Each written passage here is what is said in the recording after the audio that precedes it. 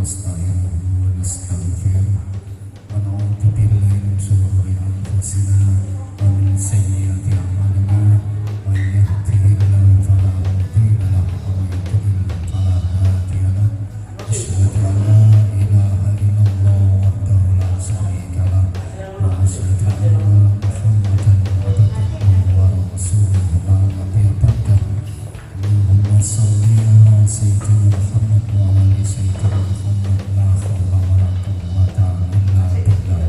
Amma ba'du. Yang kami hormati Bapak Kepala SMP Negeri 27, yang kami hormati Ibu Bapak Guru SMP Negeri 27, yang kami hormati Ibu Bapak Tenaga Administrasi SMP Negeri 27. Puji syukur kehadirat Allah SWT yang sampai saat ini kita masih diberikan nikmat iman, Islam serta kesehatan, sehingga kita dapat berkumpul di ruangan ini dalam keadaan sehat walafiat. Sholawat salam semoga tetap tercurah kepada Rasulullah Muhammad SAW. Dengan syafaat beliau, insya Allah kita akan selamat dunia dan akhirat. Amin. Ibu, bapak yang berbahagia, perlu diketahui bahwa pada kesempatan siang hari ini acara dalam rangka workshop pemetaan dan identifikasi aset sekolah serta pemanfaatannya untuk peningkatan kualitas pendidikan di SMP Negeri 27 akan segera dimulai dengan susunan acara sebagai berikut. Yang pertama adalah pembukaan, yang kedua adalah pengajian iftitah, dilanjutkan nanti doa, yang ketiga adalah acara inti, yang insya Allah nanti acara inti yang pertama adalah sosialisasi workshop pemetaan aset sekolah, yang kedua persiapan demonstrasi kontekstual P5, yang kedua persiapan kegiatan PSAT, yang ketiga pembahasan kegiatan pasca PSAT, yang keempat persiapan giat pelepasan kelas 9, yang kelima pembahasan pembuatan inovasi government award, dalam hal ini adalah satu sanas, kaitannya adalah satu guru satu anak asuh. Yang selanjutnya adalah langkah strategis dan pemutakhiran PPDB. Yang selanjutnya adalah persiapan kegiatan Idul Kurban. Selanjutnya nanti ada persiapan kegiatan pembangunan DAK, dan yang terakhir nanti ada lain-lain. Itu adalah acara inti yang akan kita bahas pada kesempatan yang berbahagia ini. Acara selanjutnya nanti adalah penutup. Demikian acara awal sampai akhir. Ibu dan bapak yang kami hormati, marilah kita masuki acara yang pertama, yaitu pembukaan. Supaya kegiatan siang ini mendapatkan ridho Allah, marilah kita buka dengan bacaan umul kitab arti suratul Fatihah. Semoga apa yang kita niatkan pada hari ini mendapatkan ridho Allah dan mendapatkan manfaat dunia dan akhirat. Al-Fatihah.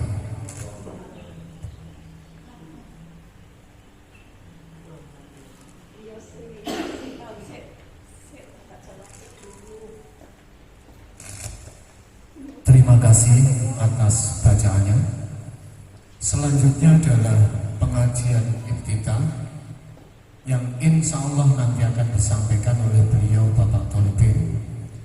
Biasanya doa nanti di akhir, jadi untuk saat ini nanti pengajian iftitah dilanjutkan dengan doa. Semoga saja dengan doa di awal nanti membawa berkah bagi kita semua.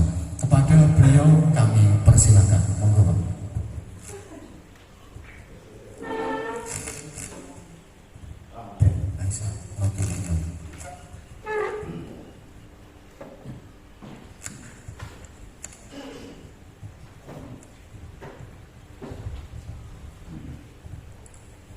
Assalamualaikum warahmatullahi wabarakatuh.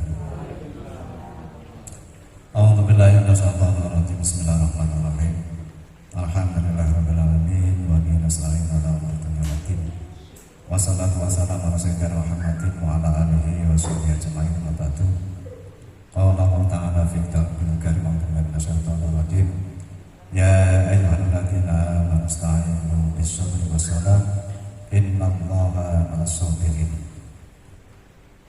Yang saya hormati Bapak Basuki SPD MPD selaku Kepala Sekolah SMK Negeri 2 Pucuk, Bapak Taji SPD MSI yang saya hormati karena beliau sebagai Wakasek, Bapak Ibu yang sangat saya hormati, terkhusus Bapak Ustadz Tagiono.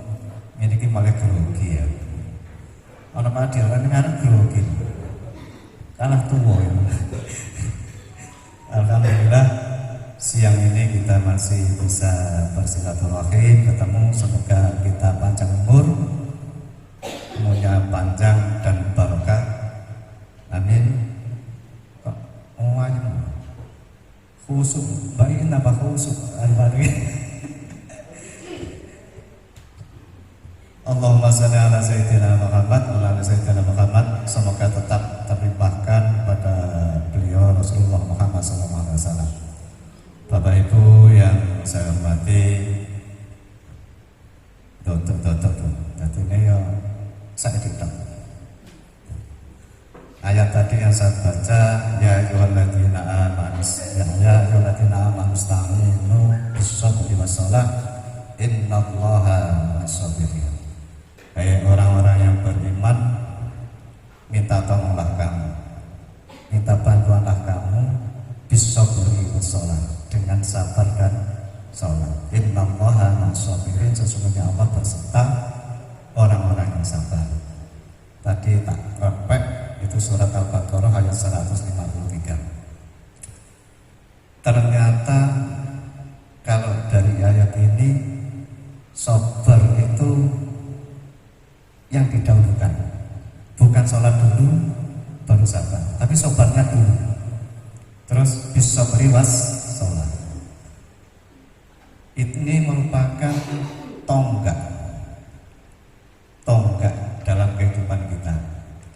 Sabar itu dari bahasa Inggris, ya Pak, bahasa Arab. Sabaro yasbiru. Sabar itu artinya ngempet, menahan. Ngempet itu mesti barang sing ora enak. Nek barang enak diempet ana Bu. Jarene Pak Adi ono. Barang enak diempet itu ono. Iki 18 tahun ke atas. Enak tapi diempet. Tapi ini ngempet. Rata-rata ngempet niku mesti barang ra enak. Barang sing gak cocok ning ngene ati. Iku lho ngempet. Aku tuh sakjane pengen mangan soto. Tibane sing teko jangan lodeh utawa asam. Cowok. Ora dipangan niku lesu, dipangan kok ya mung ngene. Nah, ngempet. Mesti barang sing gak cocok ning ati iku ra enak. Makanya di ayat tadi itu sabar didahulukan. Kenapa? Tahu enggak? Wong sing sabar yakin nanti akhirnya akan sukses.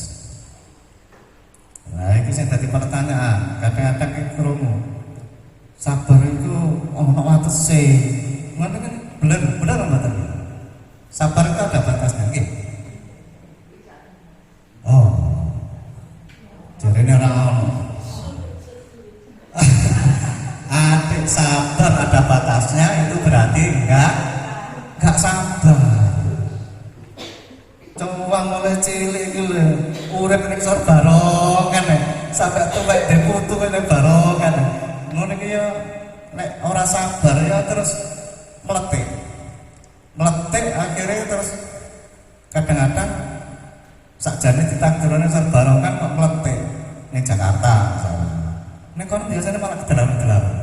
Sakjane urip ayem ning desa tapi terus meletik ning Jakarta tambah loro kabeh. Sebab rezeki niku, rezeki dan semuanya itu wis dadi tanggungannya Gusti Allah. Ade nang usaha tok. Hasil itu nomor loro. Kadang tetep diusahakan tibane ora akeh. Tibane iku yo ora dadi rezekine. Duwe entek digawe tombo. Ngono piye akeh. Jamane orang dadi pegawai negeri iku awake sehat, sembarang doyan gak ono larangan. Mboten dadi pegawai negeri. Sampai gajine tak digawe tombo. Ngono iki ya ora akeh. Ya ngono iki ya. Makanya rezeki niku wis pantun. Kadang-kadang ana sing barokah, ora sing barokah. Makanya sabar niku tongkat. Wong sing sabar sampai lali sambat. Wong sabar iku ora tahu sambat. Lek ana cek wong sambat iku berarti ora sabar. Pegel tenang. Awake dhewe lek menurut karepe dhewe itu kan akeh, karepe dhewe kan akeh. Awake dhewe gak cocok karo Pak Haji Sapawi. Pak Haji Sapawi ku kok mau ngedit misale. Sebabnya aku mikir arep mancing. Tak ancam nih. Pak Haji Sapawi mau ngedit. Aku ngarani Pak Haji Sapawi ngedit sebabnya aku diarep-arep diwehi. Iwake tibane nek digawakno. Padahal aku ngene Mas Eko, ya padha-padha gak kowe Pak. Aku gak ngomong Mas Eko. Medit babe aku ora dikarep karo Mas Eko. Makanya maksudnya apa tuh? Kenapa kita mencap orang lain itu medit, mencap orang lain itu sombong, mencap orang lain itu gini. Sebabnya kan orang cocok karo karepe awake. Makanya niku napa ya? Sak kita kan yang kula niki khusus pribadi kula. Ya menanamkan apa ya? Karepe wong itu mesti ora padha karo karepe awake dhewe. Ya kudu bisa ngempet. Jangankan niku kok karo wong liya. Misale bojo ngoten, bojo wong liya lho nggih. Karo anake dhewe iki. Karo anake dhewe kadang sering gak cocok. Malah orang disabari ya bang. Makanya ini monggo saya khususnya pribadi ngandani awake dhewe ayo ditanamno sabar. Oh, sing nomor kali niku salat. Salat itu Masya Allah satu-satunya ibadah yang ibaratnya itu gak oleh ditinggal blas. Ibaratnya ini rukun Islam itu syahadat, sholat, zakat, puasa, haji. Nyapa kelas gak kaji maka gak duit utawa wis daftar ke DCA mati. Lah saiki ngono.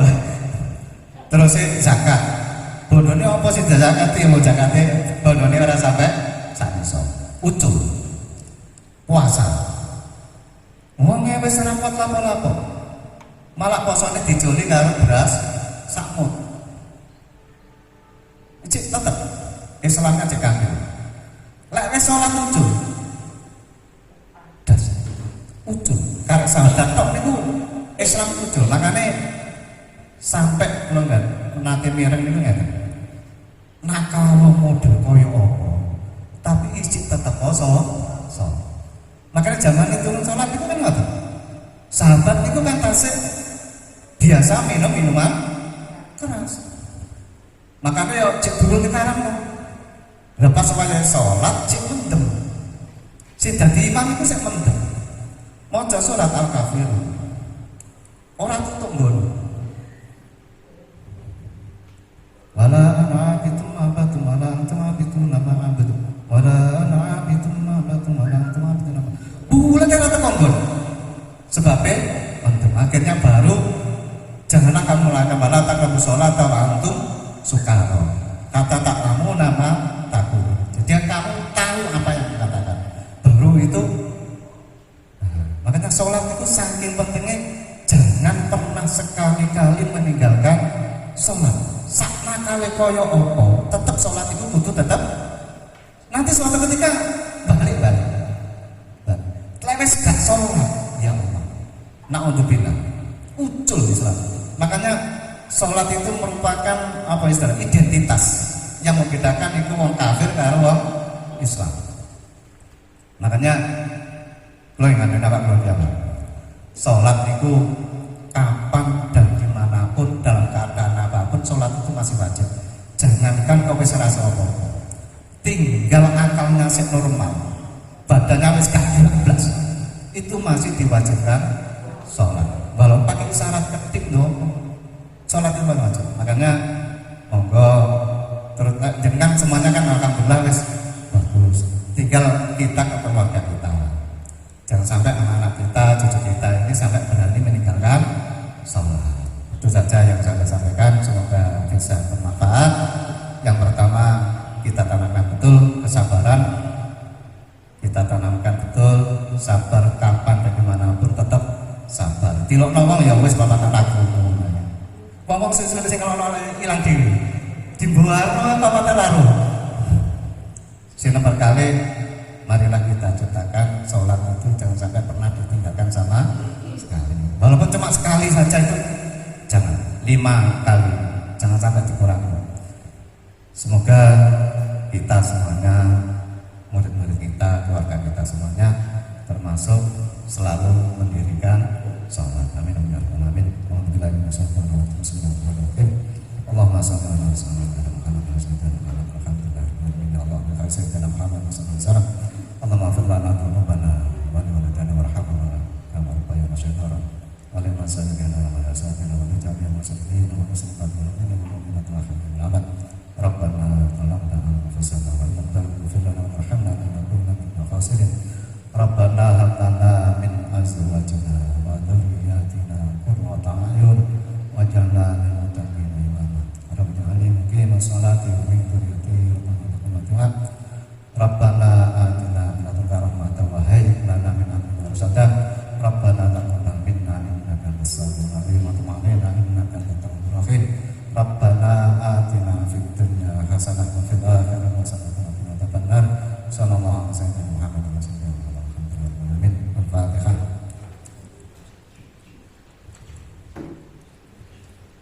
Itu yang bisa saya sampaikan. Semoga ada guna dan faedahnya. Dan apabila ada kekurangan, saya mohon maaf yang sebesar-besarnya. Wassalamualaikum warahmatullahi wabarakatuh.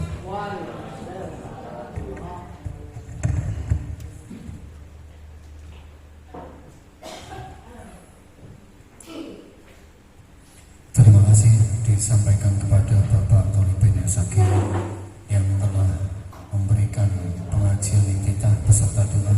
Semoga berkah bagi kita semua. Amin ya rabbal alamin. Selanjutnya adalah acara inti, yang pada acara inti ini ada 2 bagian, bagian A dan B. Bagian A adalah sosialisasi workshop pemetaan aset sekolah, dan bagian B adalah rapat dinas yang insya Allah akan langsung dipandu oleh beliau, Bapak Kepala Sekolah. Kepada Bapak Basuki SPD MPD, kami persilakan, monggo. Assalamualaikum warahmatullahi wabarakatuh. Semangat pagi, pagi, luar biasa, omongan megila. Terima kasih Bapak Ibu. Boleh, ya. Alhamdulillah alladzi bi ni'matihi tatimmus shalihat. Asyhadu an la ilaha illallah wahdahu la syarikalah wa asyhadu anna Muhammadan abduhu wa rasuluh la nabiyya ba'da. Bapak Ibu yang saya hormati, Bapak Haji sebagai wakil kepala sekolah, Bapak Ibu guru yang juga sebagai pengelola sekolah, Bapak Siti Aisyah, Ibu Siti Aisyah, kemudian Bapak Yaya, Bapak Tolibin, Bapak Kosim, Bapak Teguh, Bapak Asto, Bapak Dani, demikian juga untuk Bapak Ibu guru yang saya banggakan, Ibu Yayu, sing tak ketok-ketok iki, Ibu Rini, Ibu Ambar, Ibu Zulaikha, Ibu Iin, kemudian Ibu Laila, Bu Ning, Ibu Halim, Mas Eko, Pak Didi, dan Pak Safawi. Nang ngarep gak ketok iki. Pak Haji Tegur, Pak Adiono. Terima kasih atas kehadirannya. Marilah kita selalu bersyukur kepada Allah atas segala kesempurnaan, kenikmatan yang diberikan oleh Allah kepada kita. Ya, karena memang hanya Allah yang maha menyempurnakan kenikmatannya dengan berupa dimudahkannya urusan kita. Jadi tanpa dimudahkan oleh Allah selama ini pasti hidup kita ruwet. Oleh karena itu yang menguraikan, yang memudahkan urusan kita itu hanya Allah. Kita pasrahkan seluruh urusan kita kepada Allah. Kita hanya diminta untuk berusaha dan berdoa. Bapak Ibu yang saya banggakan, saya minta juga teman-teman selalu bersolawat kepada junjungan kita besar Muhammad Sallallahu Alaihi Wasallam. Karena dengan bersolawat Bapak Ibu, ya, kita selalu melakukan tawasul. Jadi walaupun kita berdoa sepanjang hari, sepanjang malam tanpa meminta atau bertawasul kepada junjungan kita Nabi besar Muhammad SAW, juga rasanya kurang berisi doanya. Oleh karena itu selalu kita, bahkan malaikat pun disuruh untuk bersolawat juga kepada Nabi. Itu artinya memang solawat itu merupakan kewajiban kita. Dan semoga dengan selalu bersolawat dan bersyukur kepada Allah, pada hari ini kita diridhoi oleh Allah, dimudahkan urusan kita, disehatkan badan kita, badan anak istri kita, semuanya, dan diberkahi ilmu kita. Amin ya rabbal alamin. Bapak Ibu, marilah kita juga berdoa, mendoakan teman-teman kita yang pada hari ini masih memiliki banyak urusan, masih memiliki hal-hal yang menyebabkan tidak bisa melaksanakan tugas dengan baik, mungkin karena kesibukan atau mungkin karena kesehatannya yang kurang fit. Marilah kita berdoa kepada sahabat-sahabat kita juga, saudara-saudara kita, dengan membaca Al-Fatihah. Al-Fatihah.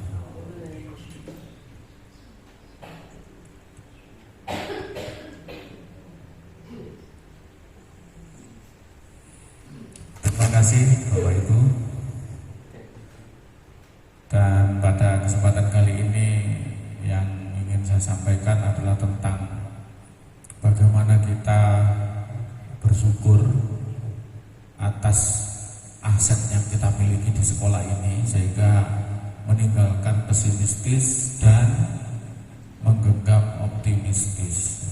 Bapak Ibu, ada beberapa hal yang ingin saya sampaikan. Ini merupakan hal baru bagi saya dan merupakan kewajiban saya untuk menyampaikan kepada panjenengan tentang pemanfaatan aset sekolah dalam meningkatkan kualitas pendidikan di sekolah kita.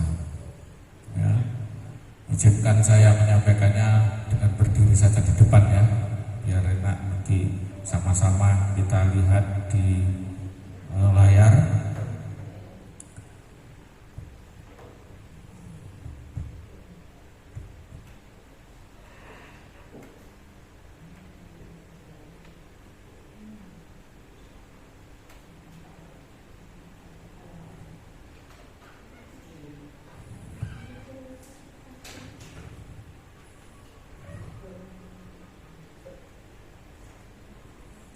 Ya, ini adalah hal yang sangat urgen kita ketahui, yaitu setiap guru adalah merupakan pemimpin pembelajaran, Bapak Ibu.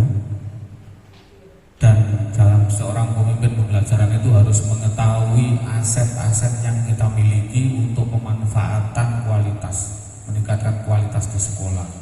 Sehingga tidak ada rasa begini, wah, sekolah sampai pojok 2 ini ganti opo ya guys, sekolah lapo seperti itu. Tidak sampai seperti itu ya. Kenapa kita itu sering berpikir seperti itu? Karena kita sering menggunakan pendekatan yang sifatnya itu aset defisit ya. Nah, bagaimana itu? Baiklah Bapak Ibu, kita pelajari bersama-sama.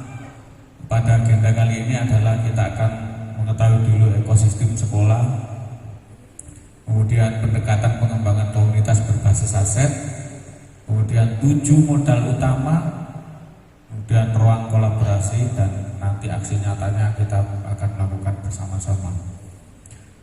Ekosistem sekolah itu apa, Bapak Ibu? Ya, jadi ekosistem sekolah itu adalah nuansa di sekolah kita.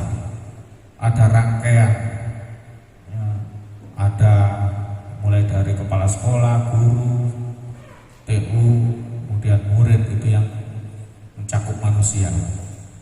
Ya, nanti akan terbagi menjadi biotik dan abiotik.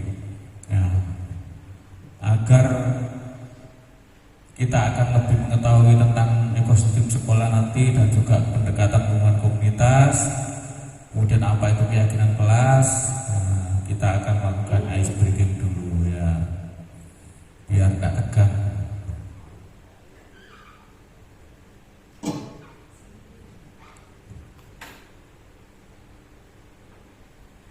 Nah, semuanya Bapak Ibu kita ice breaking dulu, semuanya berdiri. Berdiri di tempat yang ada leluasan yang bisa gerak. Silakan pilih. Pilih jangan di situ. Kalau misalkan di situ nggak apa-apa, kursinya diundur atau di tengah sini nggak apa-apa. Maju atau di belakang pinggir kursinya diundur dan leluasa ya. Kita akan melakukan gerak-gerak nanti.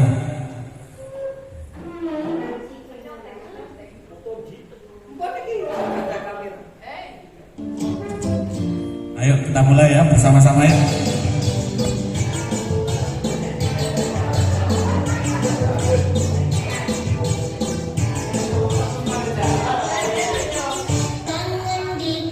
Sambil nyanyi sambil.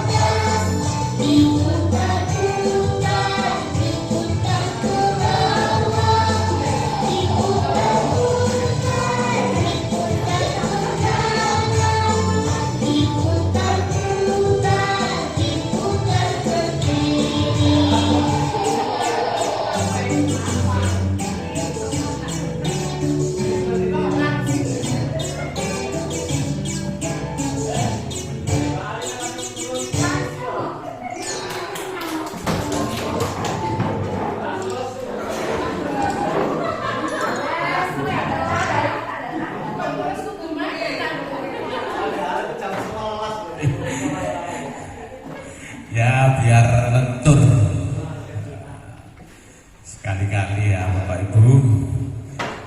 Biar lentur, biar tidak kaku. Baik, kita lanjutkan Bapak Ibu.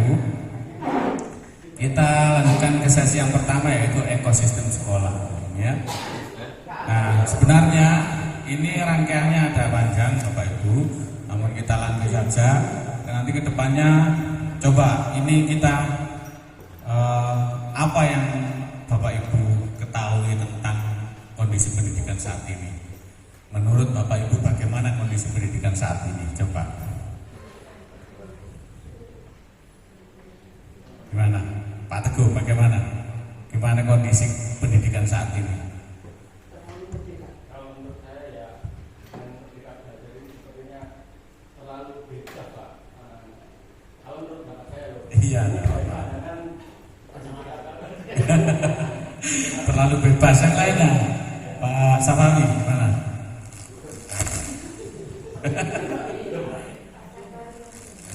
Menurut saya pendidikan sekarang Moralnya kurang diperhatikan, kurang disentuh. Pak Haji Matur, gimana? Menurut saya, biasa dulu anak selalu diberikan kekuasaan yang sangat bebas. Kemudian sistem yang terkait dengan masalah tingkat keberhasilan anak itu seolah-olah itu tidak ada, sehingga nilai itu yang penting kita bukan nilai yang pakai.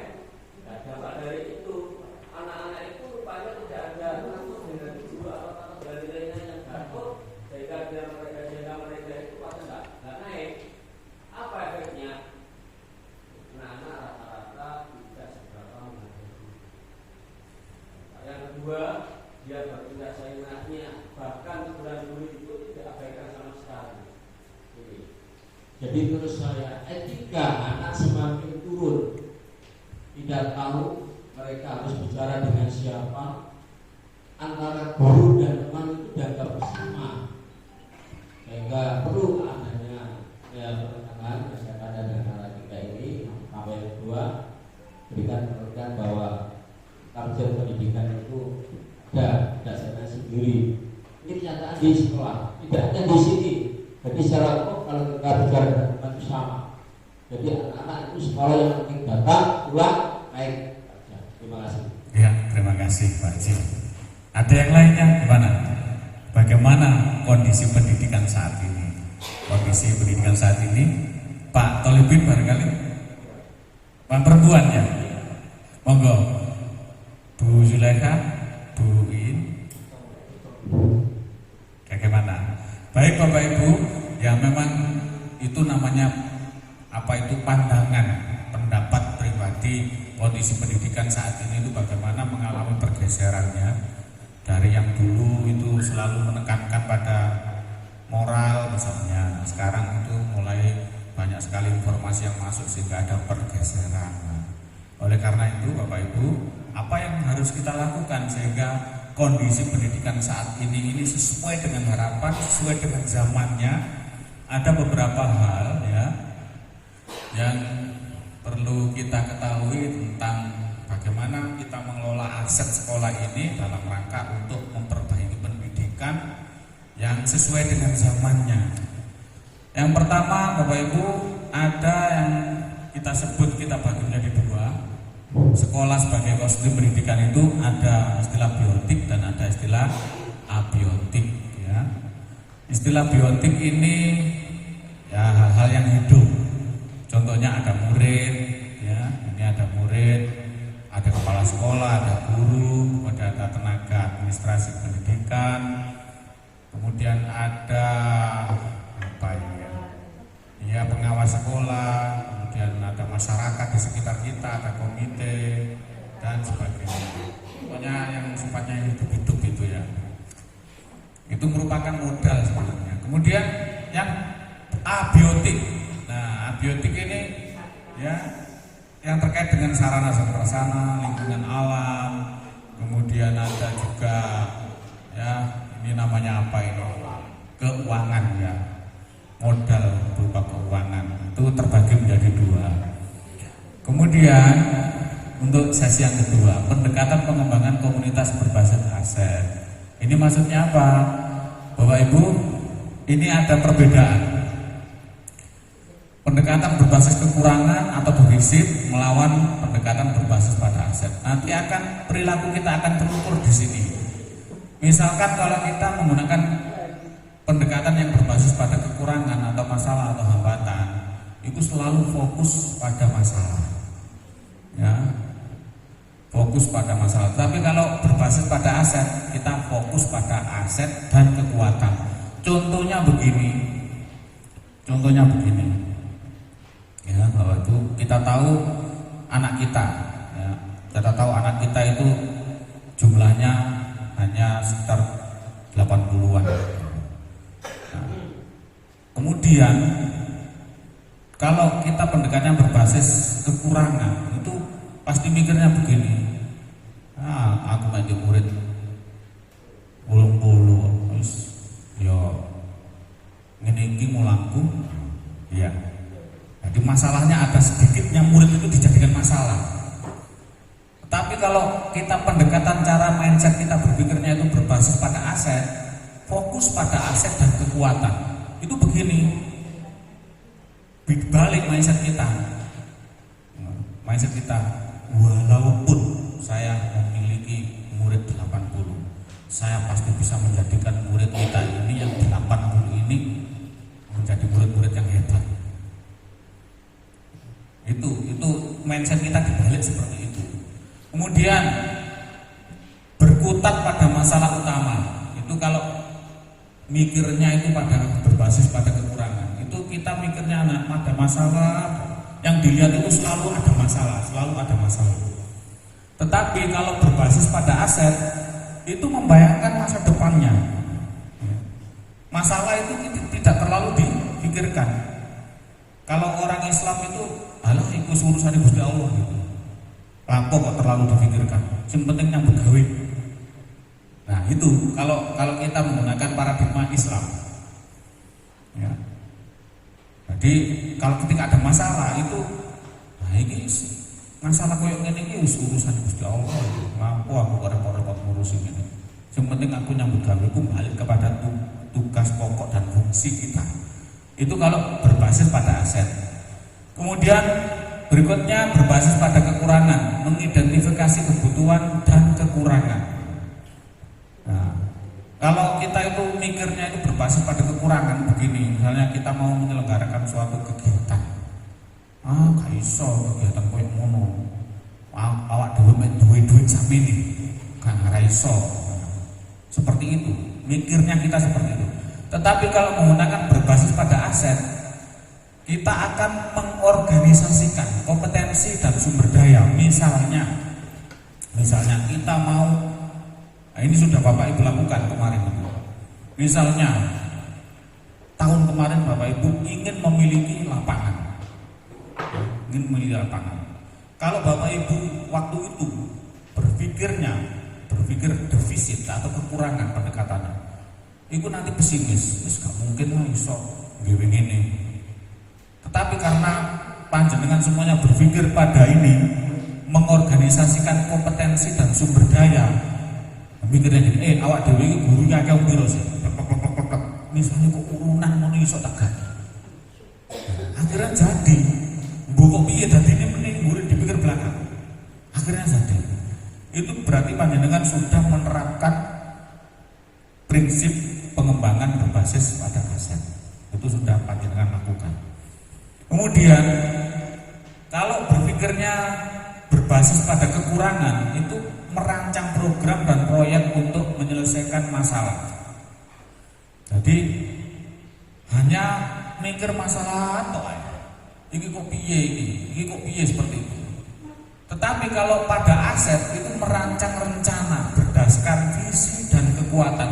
Kembali ini ya, sekolah kita itu punya visi kita itu apa, lalu kekuatan kita itu apa, itu dihitung. Kita punya kekuatan misalnya di sini ada Pak Tolipin guru PAI, pasti guru PAI ini punya koneksi dengan kiai-kiai yang lainnya. Kemudian ada juga Pak Yahya yang juga punya koneksi dengan yang lain-lainnya. Ada juga misalkan Pak Taji ya, yang juga punya koneksi dengan yang lain-lainnya. Nah itu diperhitungkan kita punya apa, itu yang kita identifikasi, bukan berkutat pada masalah. Kemudian berikutnya yang terakhir, mengatur kelompok yang dapat melaksanakan proyek, melaksanakan rencana aksi yang sudah diprogramkan. Perbedaannya ada di situ. Nah nanti lebih tajam lagi akan diketahui Bapak Ibu ya.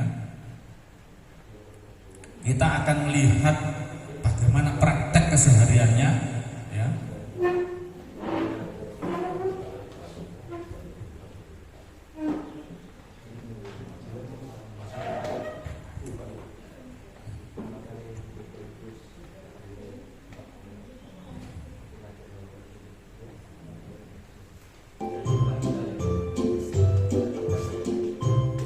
Nah ini mohon ditonton ya, video ini nanti akan memperjelas bagaimana itu kita, cara berpikir kita sebagai seorang guru. Kita tonton bersama Bapak Ibu. Baik Bapak Ibu sekalian, pagi ini saya sengaja mengundang Bapak Ibu di sini karena ada hal yang harus kita bicarakan. Mengingat sebentar lagi kita akan melaksanakan acara perpisahan sekolah.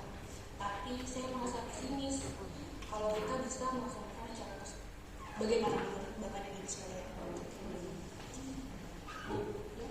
Kalau kita meminta bantuan dari wali murid, kayaknya agak susah Bu. Tahun kemarin mereka tidak mau untuk menyumbang uang. Iya sih. Tapi kalau acara perpisahan tidak dilaksanakan, para murid akan menanyakan kepada saya. Kalau kita buat acara seadanya Bu, dengan barang-barang dan alat yang kita punya itu susah juga Bu. Minimal kita harus punya sound system, dan itu kita tidak punya. Terus kita harus sewa dan tidak ada dananya. Belum lagi nanti sewa panggung dan dekorasi. Ya kalau seperti itu kondisinya Bu, kita tidak usah mengadakan acara apa-apa. Ya memang sih, tapi sayang juga dengan dana yang sedikit kita harus melaksanakan acara perpisahan. Iya Bu, kalau kita mengadakan acara perpisahan, berarti kita harus mengisi acara perpisahan tersebut dengan tari-tarian atau dengan yang lainnya. Dan kita juga harus melatih murid kita untuk tampil nanti di acara perpisahan. Kalau saya pribadi tidak sanggup, waktunya terlalu mepet. Saya setuju. Acara itu kan membutuhkan dana dan waktu. Kemudian latihan berkali-kali. Apalagi sekarang kondisinya waktu kita sangat mepet. Baiklah, kalau gitu kita putuskan tahun ini kita tidak mengadakan acara perpisahan sekolah. Akhirnya seperti itu. Jika kita mendapatkan dana dari pusat atau ada dana bos yang bisa kita gunakan untuk acara perpisahan ini. Jadi karena berpikir tentang kekurangan, akhirnya mandek, diputuskan tidak melaksanakan perpisahan. Bagaimana jika dibalik seperti ini?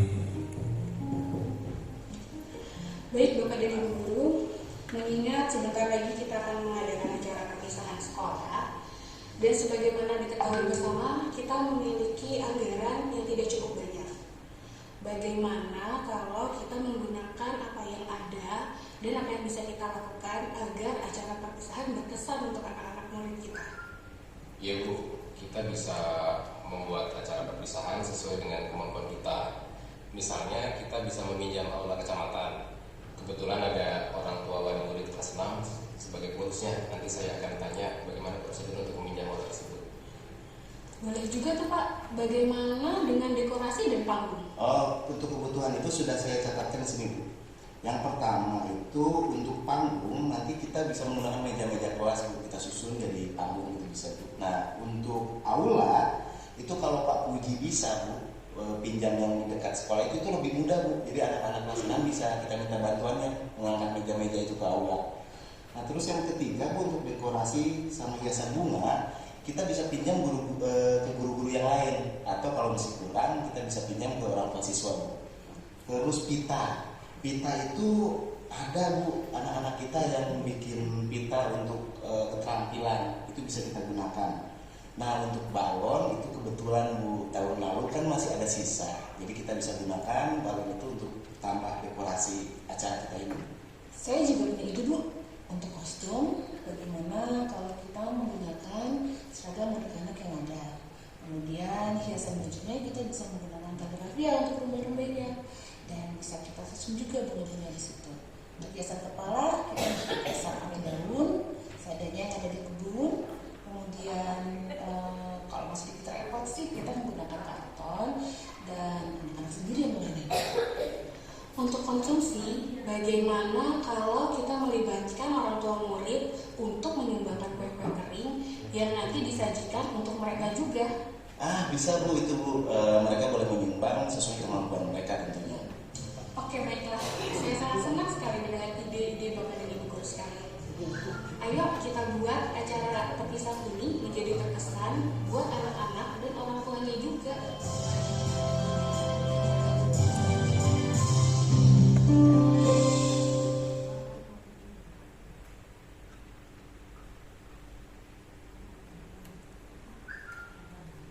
Nah, baik Bapak Ibu, itu tadi ada 2 video sebenarnya yang digabung. Yang pertama itu memberi pelajaran bagaimana cara kita menyikapi ketika ternyata sekolah itu tidak memiliki uang tetapi dituntut untuk melaksanakan acara perpisahan. Nah, kalau mindset kita semuanya seperti mereka tadi ya, di pikiran kita itu, waduh nanti kalau nyewa panggung nanti tidak punya uang, nyewa sound system tidak punya uang, ya mau gini, harapan kita itu terlalu muluk-muluk. Kemudian motok di situ kita ternyata tidak bisa. Ya, bagaimana kalau seandainya tahun ini kita tidak usah mengadakan perpisahan, akhirnya program tidak jalan. Mereka setuju semuanya, ya kayaknya enak-enak aja. Ya wis, ketika setuju gak ada perpisahan. Nah, padahal sebenarnya itu bagaikan menggenggam bara sebenarnya. Ya, gak enak sama sekali. Kudu masyarakat diomong-omong, piye, sebenarnya seperti itu. Tetapi yang video kedua itu mengisyaratkan adanya cara berpikir berbasis aset. Jadi digali. Seperti yang saya tanyakan tadi, di situ ada guru itu pasti punya potensi yang begini. Itu iya, saya punya teman yang punya itu tempat latihan. Bagaimana nanti kalau coba saya tanyakan dulu apa boleh dipakai, misalnya seperti itu. Demikian pula ketika kita di sini, apa yang kita miliki itu aja dulu. Ya, akhirnya program bisa berjalan dengan baik.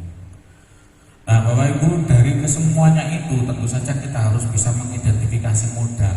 Modal di sekolah itu ada 7 modal utama. Ya. Nah, yang pertama adalah modal manusia.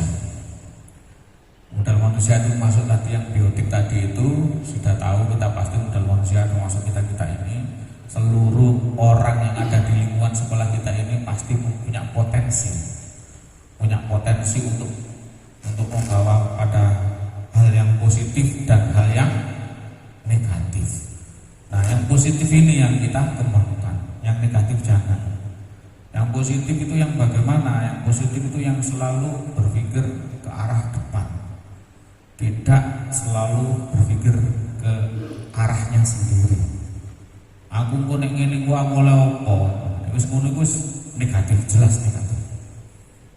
Boleh aku melakukan ini nanti apa yang saya peroleh itu dalam hal seperti itu sudah menimbulkan hal yang negatif juga. Ya, tapi kalau berpikirnya keluar, kalau saya melakukan ini, apa yang akan didapat oleh teman saya, apa yang dirasakan oleh anak saya, oleh anak murid kita, berpikirnya keluar seperti itu, maka akan jadi semangat. Oh ya, mun aku ngene jelas muridku senang, mun aku ngene jelas kancaku ya senang. Itu seperti itu. Kemudian modal politik, sebelum modal politik ada modal sosial. Nah, modal sosial ini adalah termasuk kerukunan, keguyuban, ya, keadaan di lingkungan sekolah kita ini. Ya, misalnya kalau di ruang guru ya itu benar-benar jadikan ruang guru, maka akan terjadi guyub rukun adem. Artinya apa? Seluruh guru, seluruh TU itu benar-benar ngantornya di situ. Jadi ini ati nih misalnya kaya aku ngene ati ngajak rasan ngono ya gak iso. Ora iso. Mergo wong iki ngono kabeh. Ayo golek pecah. Kelompok iki iku ngantore lho Pak Bu Martin. Terus kelompok iki ngantore lho masjid. Kelompok liyane maneh ngantore ngono ruangan kene misalnya. Oh pasti yang terjadi itu pasti ada perpecahan. Dan itu benar-benar terjadi. Saya dapat referensi ada 3 sekolah yang seperti itu. Susahnya bukan main kalau sudah seperti itu. Ya. Nah hal-hal seperti itu ini masuk modal sosial. Kalau modal sosialnya itu sudah tidak memungkinkan adanya kebersamaan, nah, maka akan susah untuk mencapai visi dan misi. Kemudian modal politik ini adalah tidak terkait langsung dengan politik praktis, tapi bagaimana kita bernegosiasi dengan masyarakat terdekat, dengan kepala desa, dengan ketua komite, dengan Pak Camat, dengan Koramil, dengan kepolisian. Nah ini modal politik. Bagaimana kita memanfaatkan komunikasi politik kita dengan mereka itu. Ya, ketika kita misalkan mereka itu menyatakan, waduh, konco-konco SMP kucuk iki mau dijak kerjasama. Berarti masalahnya di situ. Mereka yang susah atau kita yang susah. Nah, kalau kita berpikir pada pendekatan aset, ya, kita pasti berpikir, oh iya, aku ini guru kenal, sing wis kenal iki, monggo Pak, kita sowan ke sana seperti itu. Itu merupakan bagian dari modal politik.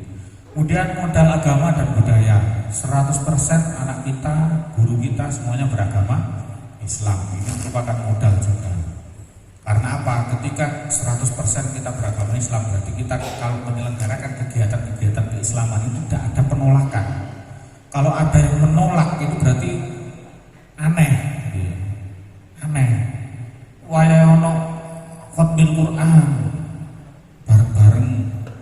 Wes, ini kegiatan keagamaan, modal utama. Tapi misalnya kalau kita berpikir, alah itu gak penting misalnya. Khotbil Quran itu gak sepuro penting. Ini aneh. Karena kita beragama Islam, kecuali kalau kita menyelenggarakan pengajian salib terus ditolak. Nah, itu pajak. Lalu kita misalkan ada tumpengan syukuran, ayo dipangan bareng-bareng. Ini juga tidak apa-apa, karena memang dalam Islam juga mengajarkan hal-hal yang sifatnya disuruh makan bersama, ya, apalagi duduk, makan dengan duduk di lantai bersama. Itu ajaran dari Rasulullah seperti itu. Itu modal agama dan budaya. Nah budaya kita di sini juga ada modal-modal kita gali lewat P5 kemarin. Ada pembuatan cincau, pembuatan makanan-makanan khas Kesambi. Kemudian modal fisik, ruang kelas sudah punya, semuanya sudah, ruang guru sudah, tapi seperti itu, semuanya sudah punya. Tapi ada beberapa hal yang kalau kita anggap itu tidak punya akan menjadikan kita pesimis.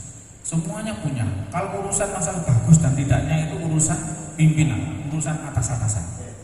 Makanya tidak perlu dipikirkan. Kemudian modal lingkungan alam. Lingkungan alam kita juga sangat mendukung. Sekolah kita ini sangat mendukung sekali untuk melaksanakan pembelajaran dengan baik karena di tepi sawah, jauh dari kebisingan lalu lintas. Nah, ini harus dimanfaatkan dengan baik. Kemudian modal finansial. Nah, modal finansial pun kita memiliki hal-hal yang sangat beda dengan yang lainnya. Ya. Modal finansial memang ini menjadi sesuatu yang sangat riskan kalau kita tidak bisa mengelola dengan baik sesuai dengan kebutuhan. Istilahnya bahasa Jawa itu besar pasak daripada tiang, itu ya jangan. Ya, harus prinsip seperti itu harus kita pegang teguh. Bapak Ibu, berikutnya ya adalah modal manusia dan pemanfaatnya. Ini tadi sudah dijelaskan. Ada kepala sekolah, murid, guru, tenaga pendidikan, komite dan wali murid, dan pemanfaatnya bagaimana? Misalnya kalau kepala sekolah sebagai manajer, saya sebagai manajer, sebagai leader, ya, memberikan keputusan-keputusan apabila ada konflik. Kemudian guru sebagai garda terdepan dalam pembelajaran. Pendidikan ini yang dikomandoi oleh Pak Darni misalnya ini, ya, memberdayakan potensi tenaga didik. Kita sudah punya tenaga ahli, Mas Adi itu luar biasa, TI-nya sudah bagus.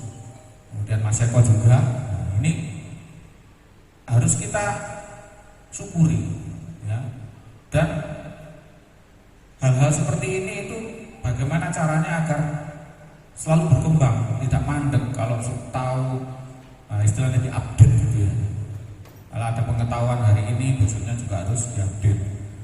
Berikutnya murid, ya, murid kita ternyata luar biasa. Tadi di panduan Pak Haji Patkur latihan sama Pak Didik juga latihan apa itu kur tadi ya Pak.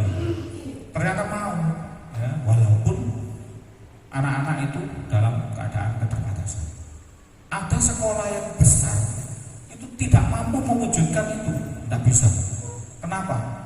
Ya karena meremehkan kemampuan anak, ya, dan tidak bisa mengidentifikasi mana anak yang punya potensi dan tidak. Kemudian ini komite kita punya Pak Absor, ya, yang insya Allah mendukung segala program sekolah, ya, seperti itu Bapak Ibu.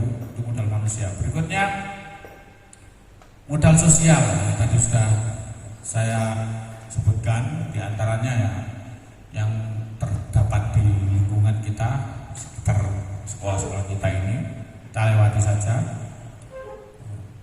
Modal politik seperti yang tadi saya ungkapkan, ada informasi dari Pak Kapur, murid panjenengan itu ada yang mencalonkan jadi anggota DPR Dewan. Itu bagaimana cara kita untuk membawa manfaat pada sekolah kita, ya? Itu bagaimana? Harus kita jadikan modal, ya. Karena itu merupakan potensi, ya. Tidak kita sia-siakan. Seluruh alumni kita itu adalah modal sebenarnya. Nah, tergantung kita mau memanfaatkan atau tidak. Memanfaatkan dengan cara supaya mereka tidak merasa dimanfaatkan. Memanfaatkan dengan cara memanusiakan mereka, menyadarkan mereka bahwa mereka itu juga bermanfaat untuk sekolah.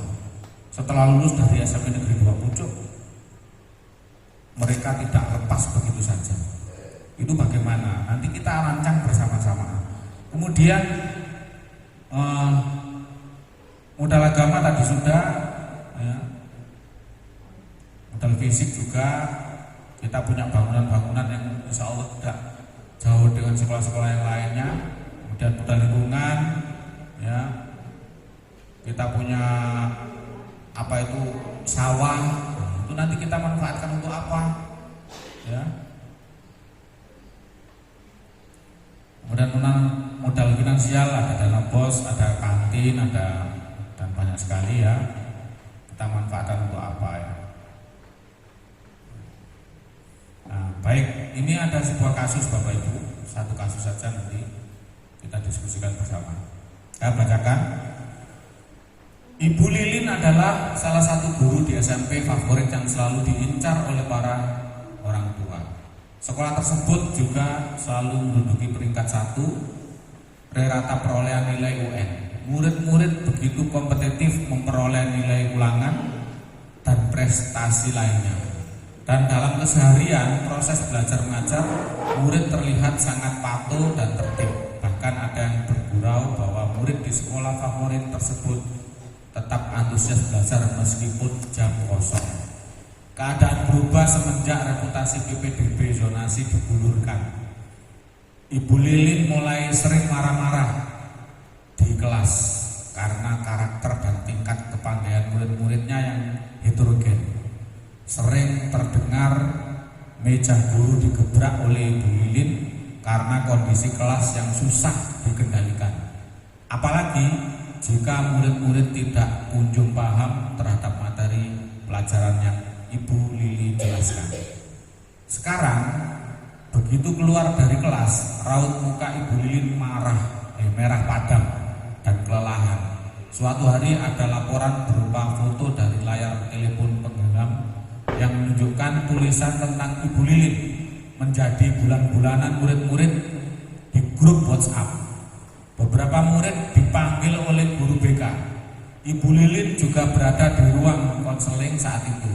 Beliau marah besar dan tidak terima penghinaan yang dilontarkan lewat pesan WA murid-muridnya.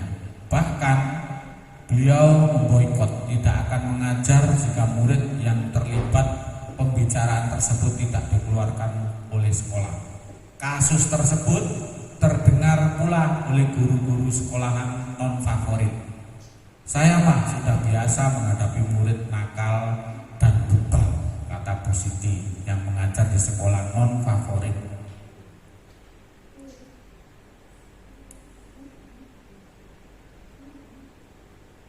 Nah, itu kasusnya. Mana? Ayo. Sepertinya kan begini ya, kadang-kadang kita itu misalnya di SMP 1 ya. Di SMP 1 dulu itu kan merupakan SMP favorit. Yang bisa masuk ke sana, itu satu, orang tuanya betul-betul sadar pendidikan. Orang tuanya punya banyak duit. Anaknya anak yang soleh dan solehah. Ya. Betul itu Pak. Mereka berkumpul di sana semuanya. Murid-murid yang pinter-pinter ke kecamatan Kalitengah, kecamatan Pucuk, kecamatan Undian kumpul dari sisi dukun. Nah, kira-kira mana tadi guru dukun enak apa ora? Diuncali buku aja mereka belajar bisa jalan, gitu ya. Bahkan jam kosong seperti tadi, pada saat itu enak, gak rewel. Tinggal kita punya pertanyaan pemantik itu aja mereka sudah saya bu. Itu betul sekali. Karena saya dulu juga pernah membuat kelas unggulan di SMP Negeri Kalitengah. Kelas unggulan itu saya kumpulkan orang tua yang bahkan di angket itu sanggup bayar 200.000 per bulan, sanggup ngumpul sampai ketemu wong suwita apa itu. Ya wis kali tok sing mulang unggulan ya seneng. Seperti itu. Nah, di kasusnya Bu Lilin ternyata ada zonasi. Zonasi kan berarti untuk Pucuk pinter-pinter nilai ini masuk ke sana, nilainya anjlok, kalah karo wong sing goblok-goblok dari dekat gitu ya. Akhirnya terjadi heterogen.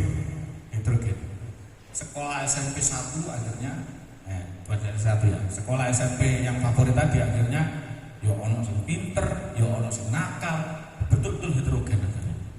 Akhirnya terjadi seperti Bu Lilin tadi. Aku biasanya ngulang ini kayak lu betok, anak-anak gimana? Dadakan mari ini ketemu murid sing bautik, WhatsAppan, mari kuno nyuting gurune disuting, diolok dibully, wah marah. Nah hal seperti ini Bapak Ibu itu terjadi. Bagaimana cara menyikapi? Ya.